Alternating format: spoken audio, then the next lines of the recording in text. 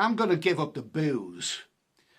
Yeah, I know I say that every year, but this time I'm really going to do it. Let me explain for those who don't know me. I like travel, and I travel for months on end in the British winter time. I travel in a hot climate, usually Southeast Asia. And when I'm abroad, I drink plenty of beer. Hot weather and cold beer tend to go very nicely together. And I put on weight when I'm abroad. Even though I do a lot of walking, walk for miles every day, I still manage to put on weight. That's when I'm abroad. Now, when I come back to England, I still drink. I drink at home. I don't go to the local pubs because, you know, after the excitement of Southeast Asia, the local pubs are absolute rubbish. But I still drink when I'm at home. When I come home from work, I drink beer, and I also drink other things. I like wine, and I like spirits.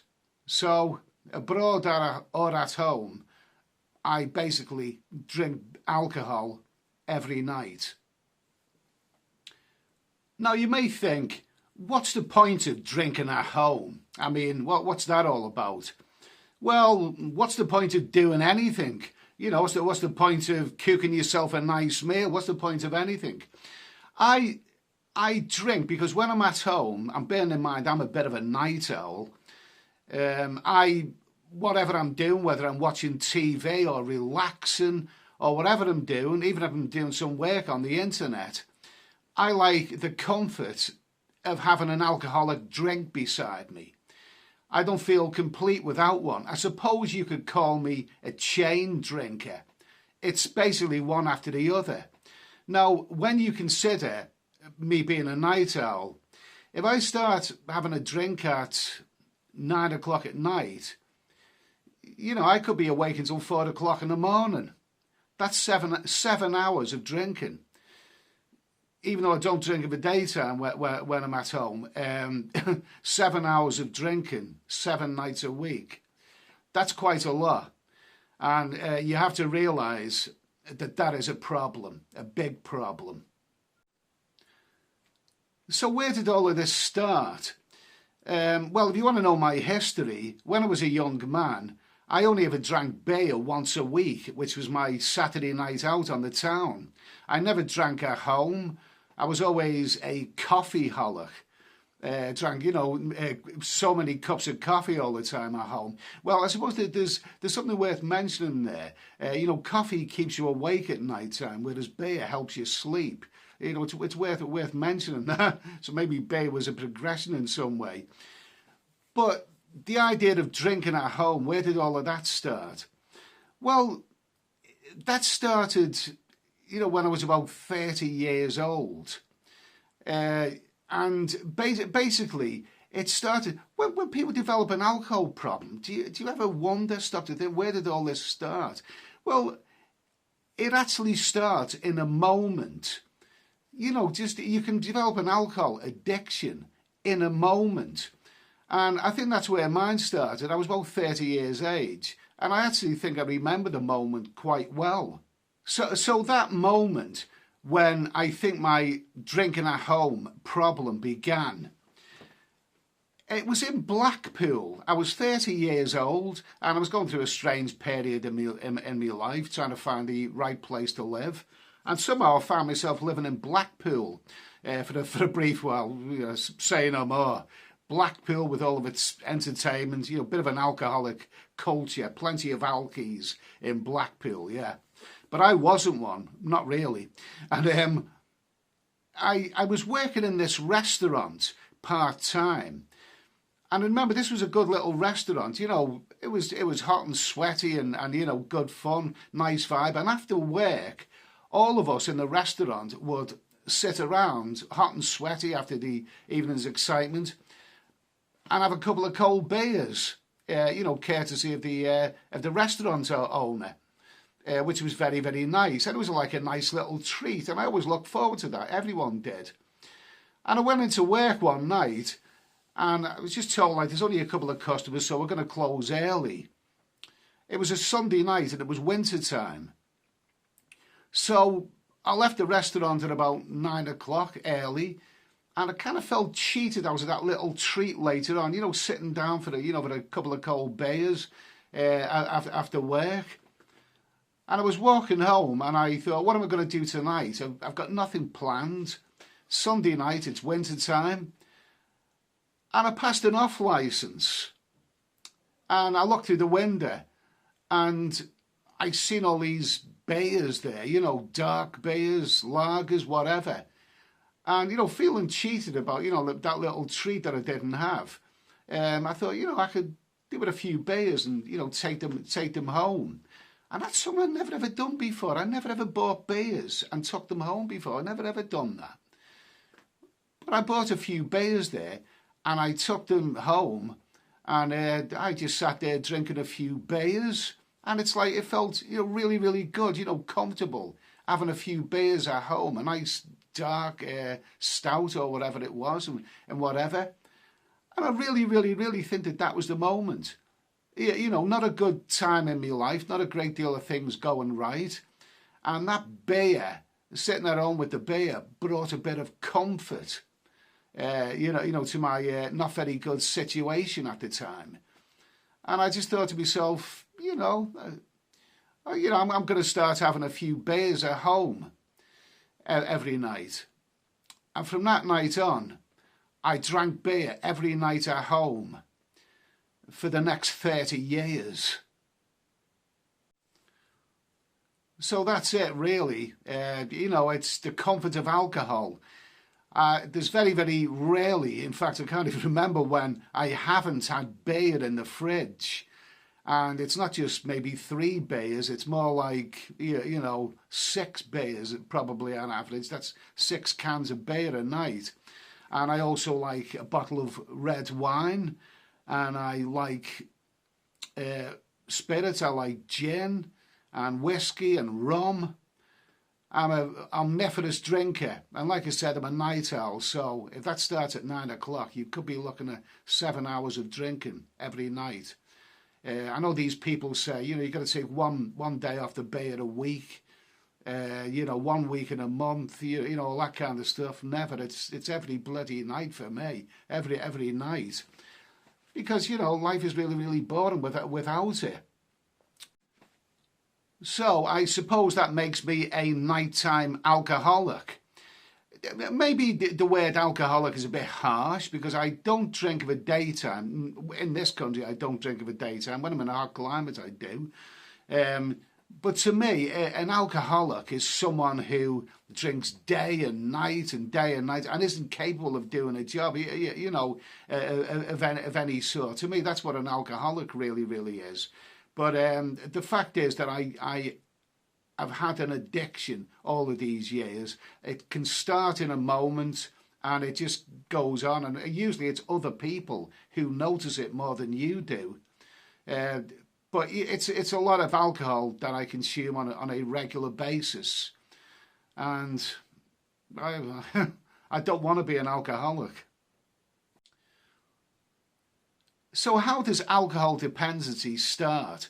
Well, I've told you mine. I suppose it starts with a lot of people with it. It's a social thing, really. People like to go to the pub and meet their drunken friends.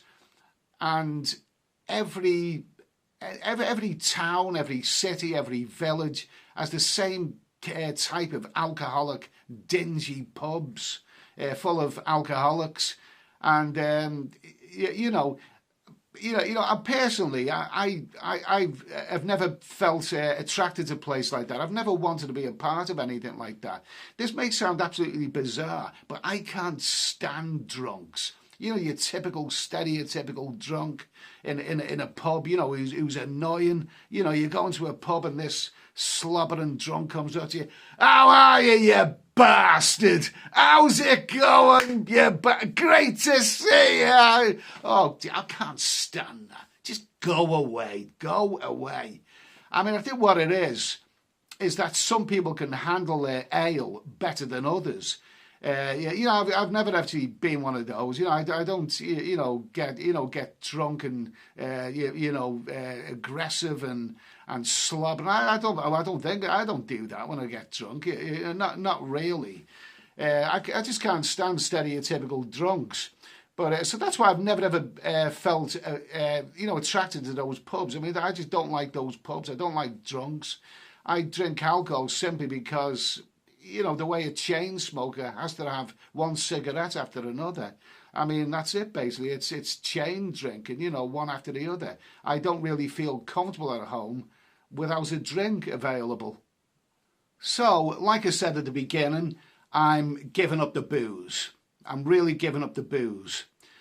You may think, well, what's brought this on all of a sudden? Well, it's not a sudden thing. I've been thinking about it for a long time, but it's got to this moment. I'm 60 years of age, and I can't go on like this. It's obviously not good for my health. And it's the stupidity of it. It's the absolute stupidity of drinking one beer after another. And I like wine. And I like the spirits. I like gin, whiskey, rum, all of those kind of things. It's the appalling quantity. If you actually sit down and look at the amount of beer that I consume, the amount of cans, empty cans that I throw in the rubbish bin every couple of days, the amount of bottles, wine, but it's absurd. It is absolutely absurd. It's the stupidity of it.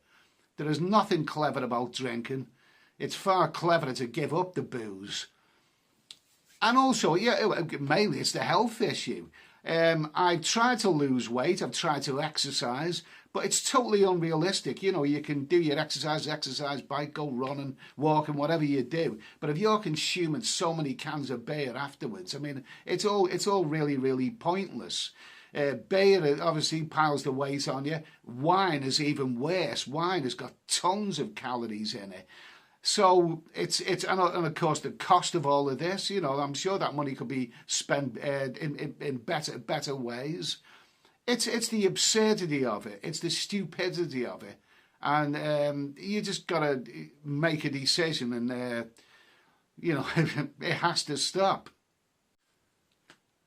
So, of course, it's all down to willpower, your own strength of character, to make a decision that you're going to ditch the booze. And I'm 60 years of age now, and I suppose I've got to adopt a now or never. It's now or never. Because I've been watching a lot of videos on YouTube about the health implications of too much alcohol, and that horrendous phrase that comes up time and time again, fatty liver disease. Oh my God, that is such an ugly phrase. It's such an ugly phrase. Well, if I don't suffer from fatty liver disease by now, I mean, that phrase alone, I'm 60 years of age, and it's now or never. I've got to do something. So, am I just going to talk about giving up the booze, or am I actually going to do it? Well, to some extent, I already have. I arrived home about 2.5 weeks ago from my winter travels, and I drank a lot of alcohol when I was abroad, hell of a lot of beer. And sang some whiskey and rum and all that kind of stuff. And when I came back, a couple of weeks ago, I thought, that's it. I'm gonna kick the booze. And to an extent, I've already done it. I came back and there was 9 bottles of beer in the fridge. Small bottles of beer in the fridge. I had a few when I first arrived back home. And the rest I just left in the fridge. I could have consumed a whole lot of them. But no, I deliberately left them in the fridge in case of an emergency, in case I just end up climbing walls one night or whatever. But no, I've actually managed to give up the beer. I know it's only, two, maybe 2.5 weeks, something like that. But it's a significant amount of time. And the wine as well, I haven't touched any wine. I can now go to a supermarket and I can completely bypass the beer and wine section without a second glance. And of course, I'm spending a lot less money at the supermarket than I did before, a hell of a lot less. It's noticeable. But yeah, even after a couple of weeks, I can really honestly say I think I've kicked the booze, the beer. I have kicked the beer and the wine out of my system. I've still got a few bottles of beer in the fridge. Once they go, wherever they go to, I'm not going to bring any more beer or wine into the house. Now, I haven't completely given up alcohol. I still like a nice rum or a nice gin with a, low-calorie lemonade or low-calorie cola mixer late at night. It relaxes me late at night and helps me sleep. So I'm not totally alcohol-free, but I'm getting there. I'm even giving up the beer. I mean, that is a massive... the beer, you're talking... My consumption was probably well over 1,000 calories a day in beer alone. And wine is very, very calorific. So by ditching them, even though I haven't done much exercise, I'm starting to feel lighter and really, really better for it. Really, really am. So, like I say, I'm still drinking a few spirits late at night, but I'm confident that, given a bit of time, I can give those up as well. So I'm sure some people must be thinking by now, what exactly is this guy saying? Is he saying that he's given up the beer and the wine and he's going to replace them with rum and gin? Is that what he's saying? Isn't that a bit like switching deck chairs on the Titanic? Well, no, exactly, because the thing is, I would drink spirits anyway. Even while I was drinking all that beer, I'd drink spirits anyway. I've come a long way by giving up the other stuff, and I'm confident that I can ditch those spirits before long and become totally teetotal. I really, really believe it, even though I don't like that phrase, teetotal. It's such a namby-pamby phrase, but I really, really believe that I can get there if I put my mind to it. And they say, don't they, that when you eventually kick the booze, your liver will actually repair itself. Really? I mean, I wish every worn-out body part could do that. But the idea that your liver will actually repair itself when you give up the alcohol, it sounds irresistible. I mean, it's like as if your liver is making a deal with you. Repent your sins and we'll forgive all that you've done in the past. I mean, that sounds wonderful. The idea of a body part repairing itself, what can be better than that? It seems to me that if you do eventually kick the booze and become teetotal, and I'm not quite there yet, you must never ever take your eye off the ball. You can develop an alcohol problem in a moment, and I'm pretty sure that you can get it back in a moment. Just 1 or 2 drinks is all it takes. I mean, if I do succeed in becoming teetotal, I can imagine sometime in the future I may be having a night out with some friends and, maybe tempted to have 1 or 2 beers. Maybe, well, I'll cross that bridge when I come to it. But what I do know is that on my travels, I've met quite a lot of guys my age who... even in a bar, they will drink nothing but water or maybe a soft drink, but they will not drink any alcohol. And it's always seemed a bit strange to me. But when you talk to the guys about this, quite often a guy who drinks water or soft drinks, that often is a person who has had an alcohol problem in the past. And to his credit, he's done something about it. So I'm 60 years old. And there are still things that I want to do in life. I've done plenty of travelling in the past. It's my passion. And I still want to travel in the future. But the way I see it, if I carry on drinking the way I have been, then there's not going to be much of a future. I've got to make a decision. It's now or never.